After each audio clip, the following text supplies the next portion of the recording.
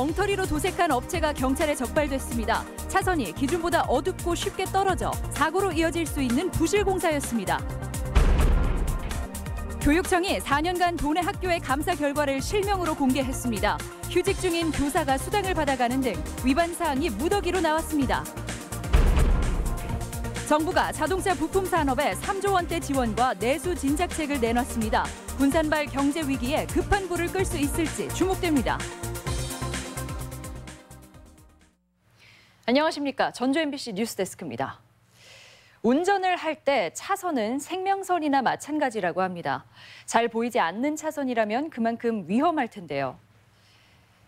실제로 차선이 잘 보이지 않는다는 민원이 잇따라 얼마 전 경찰이 수사에 나섰는데 돈은 챙기고 시공은 부실하게 한 건설업체들이 무더기로 연루돼 있었습니다. 한범수 기자입니다. 차선 도색 공사를 마친 지 2달밖에 되지 않은 전북 남원의 한 도로입니다.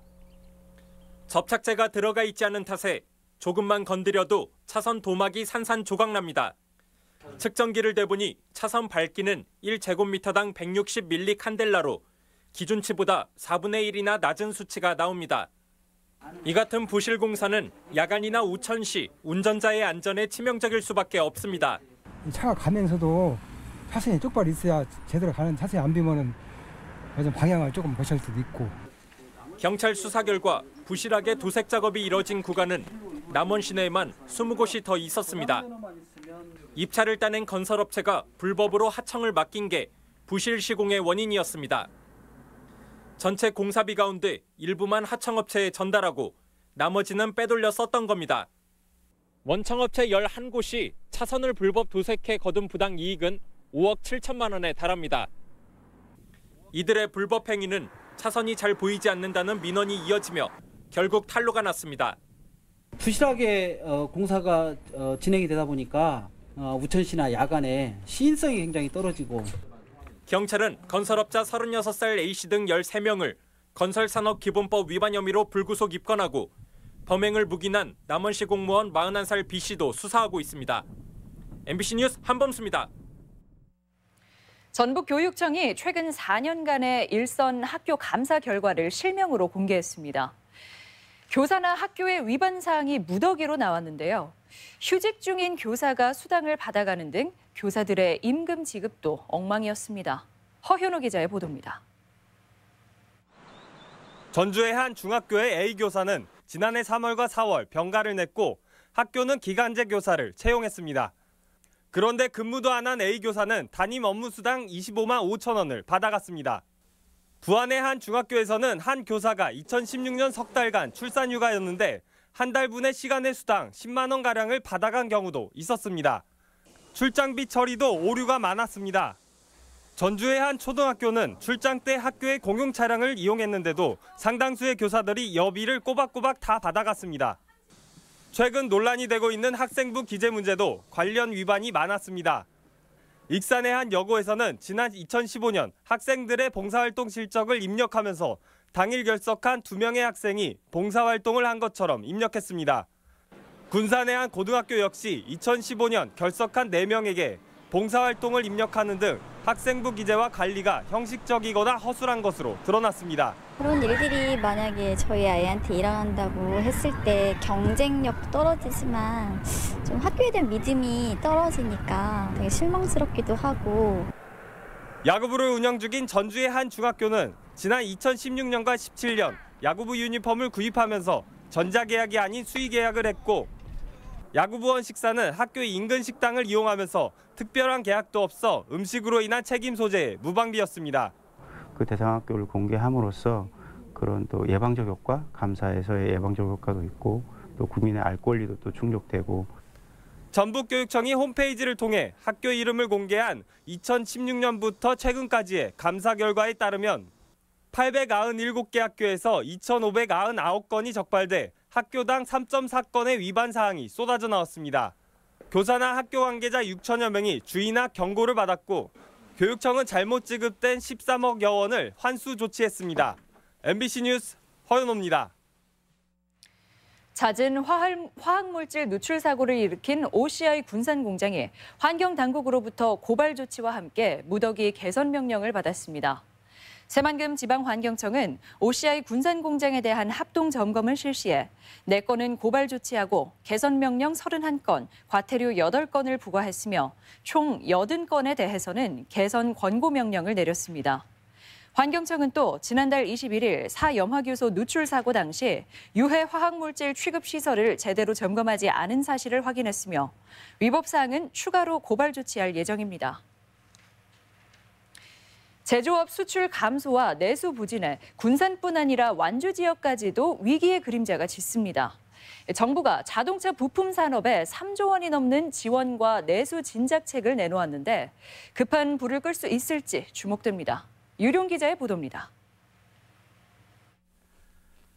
GM이 문을 닫으면서 군산에 몰아닥쳤던 위기가 이제는 완주로 번지고 있습니다. 현대자동차 전주공장의 생산량이 역대 최저 수준으로 급감하면서 부품 업체들마다 자금 압박이 심각합니다. 차 한 대를 만들고 한 대는 쉬어갈 정도로 판매가 부진해 부품 수요가 크게 줄면서 회생 절차를 밟는 업체도 등장하고 있습니다. 한 군데는 허다가 없어져 버렸고요. 또 한 군데는 지금 법정 관리에 들어가 있고요. 뭐 거의가 비등비등해요. 생존 경쟁이죠. 전북 경제의 30%를 차지하고 전국적으로도 생산 규모가 가장 큰 자동차 부품 산업이 위기에 빠지자 정부가 대책을 꺼내 들었습니다. 먼저 3조 5천억 원의 자금을 지원해 만기된 대출을 연장하고 국제 경쟁력을 확보할 수 있도록 기술 개발 자금을 지원한다는 것. 다음으로 2022년까지 친환경차 국내 생산 비중을 10% 이상 끌어올려 움츠러든 내수 소비를 끌어올리겠다는 계획입니다. 노후차 교체, LNG선 발주, 또 유동성 지원 등 단기 처방과 함께 미래차, 미래선박으로의 전환에 박차를 가하겠습니다. 전라북도는 빠르게 추진되는 친환경 차량 국내 보급이 도내 상용차 업체와 부품업계에 활로를 열어줄 것으로 기대하고 있습니다.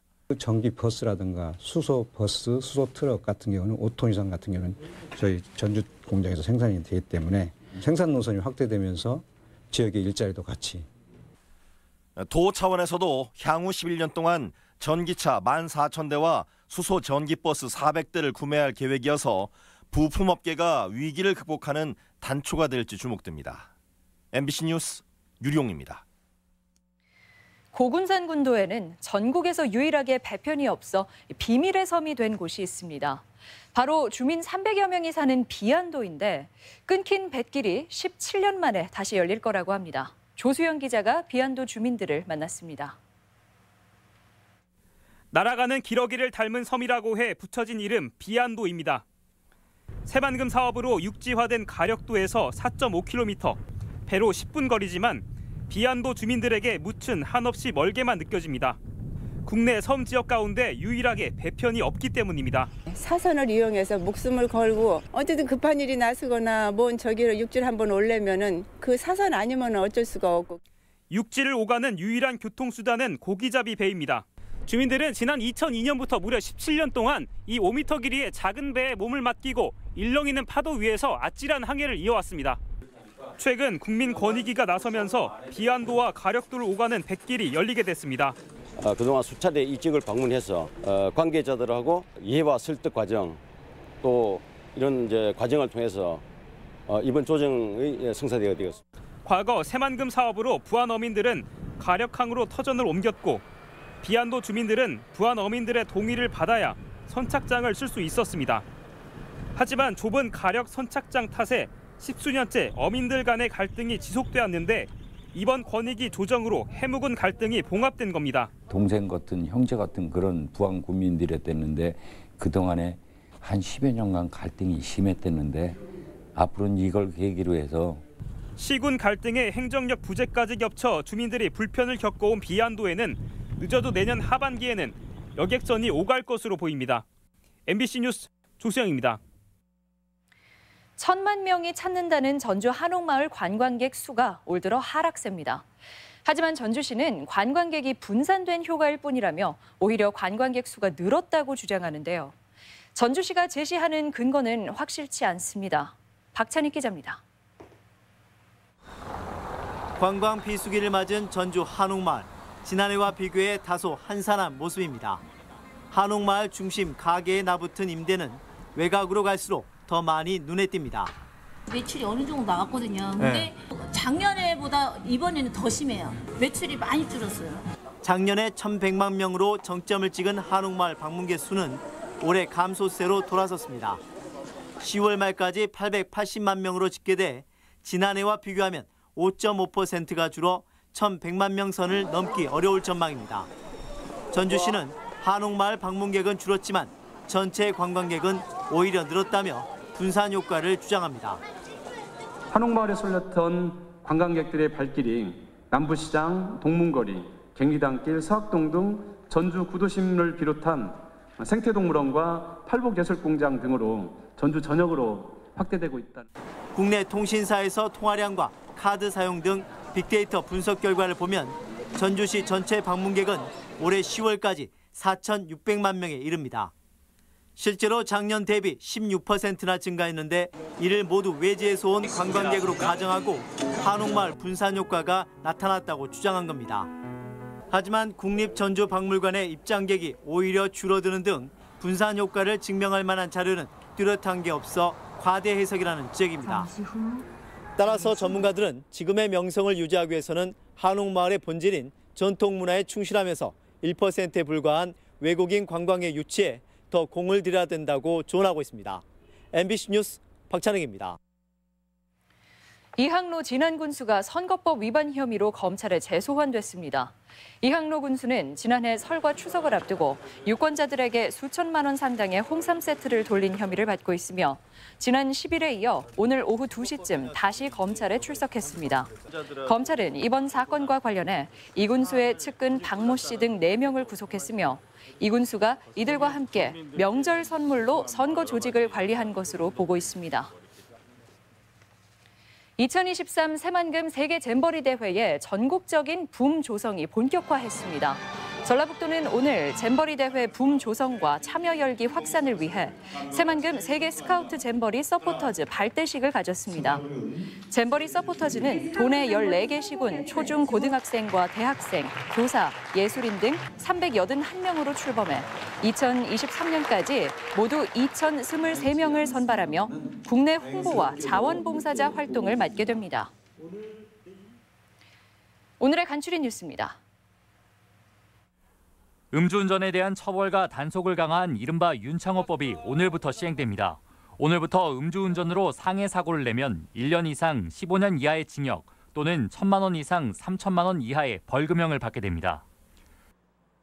국민연금공단이 내일 저녁 7시 공단 본부에서 지역 주민을 위한 송년 음악회를 엽니다. 지역 주민은 누구나 관람 가능하며 도민들로 구성된 달빛 하모니 합창단이 공연을 선보입니다. 어항 현대화와 해양관광 활성화를 위한 어촌 뉴딜 사업에 군산, 고창, 부안 등 5곳의 항구가 선정됐습니다. 선정된 항구에는 최대 150억 원이 투입돼 어촌과 어항 통합 개발, 지역 활력을 도모하는 사업이 추진됩니다. 임실군이 올해 상반기 온실가스를 감축한 처녀 세대에 인센티브를 제공했습니다. 임실군은 탄소 포인트제 가입 세대 가운데 5% 이상 전력량을 감축한 1,249세대에 2,200만 원을 지급했습니다. 간추린 소식이었습니다. 희망 2019 나눔 캠페인 성금을 전주 MBC에 맡겨주신 분들 소개해드립니다. 주식회사 정석케미칼에서 500만 원을 보내왔습니다. 보내주신 성금에 감사드립니다. 전북은행과 광주은행 등 5개 계열사의 대주주인 JB금융지주가 내일 회장을 선임합니다. JB금융지주는 내일 오후 제3차 임원 후보 추천위원회를 개최하고 후보자를 대상으로 그룹 운영 계획에 대한 프레젠테이션과 심층 면접을 진행한다고 밝혔습니다. 위원회는 최근 2차 회의에서 김기홍 JB자산운용 대표와 신창무 캄보디아 프넴폰 상원은행장 등 2명을 회장 후보로 압축하고 최종 면접 출석을 통보했습니다. 어린 제자를 상습적으로 성폭행한 30대 교사가 항소심에서도 중형을 선고받았습니다. 광주고등법원은 청소년 성보호에 관한 법률을 위반해 기소된 교사 35살 A씨에 대해 징역 9년을 선고한 원심을 유지했습니다. A씨는 2014년 4월 당시 중학생이던 제자 B양의 집에서 B양을 성폭행하는 등 4년에 걸쳐 모두 18차례 성추행과 성폭행을 저지른 혐의를 받고 있습니다. 노동부와 전주시의 대중교통 인력 양성 사업이 사기극이라는 주장이 제기됐습니다. 민주노총 전북본부는 기자회견을 열어 노동부와 전주시가 6억 8천만 원을 들여 전주 버스업체에 취업할 교육생을 모집했지만 교육을 마쳐도 경력 1년이 더 필요해 취업하기 어려운 게 현실이라고 주장했습니다. 이들은 노동부와 전주시가 거짓 홍보로 사기극을 벌였다며 철저한 조사를 촉구했습니다. 익산시가 유라시아 대륙철도 시대를 앞두고 철도 사업에 행정력을 집중하고 있습니다. 익산시는 우선 역세권 개발을 통한 복합 환승 기능을 강화하고 전북권 광역 전철망을 구축해 유라시아 대륙철도 출발역 선정이 성사되도록 한다는 방침입니다. 시는 물류 거점 기지 역할을 충분히 수행하면 남북 협력 사업에도 상당한 탄력이 붙을 것으로 기대했습니다. 완주군의 행복 콜버스가 확대될 전망입니다. 지금까지 전북권 뉴스였습니다.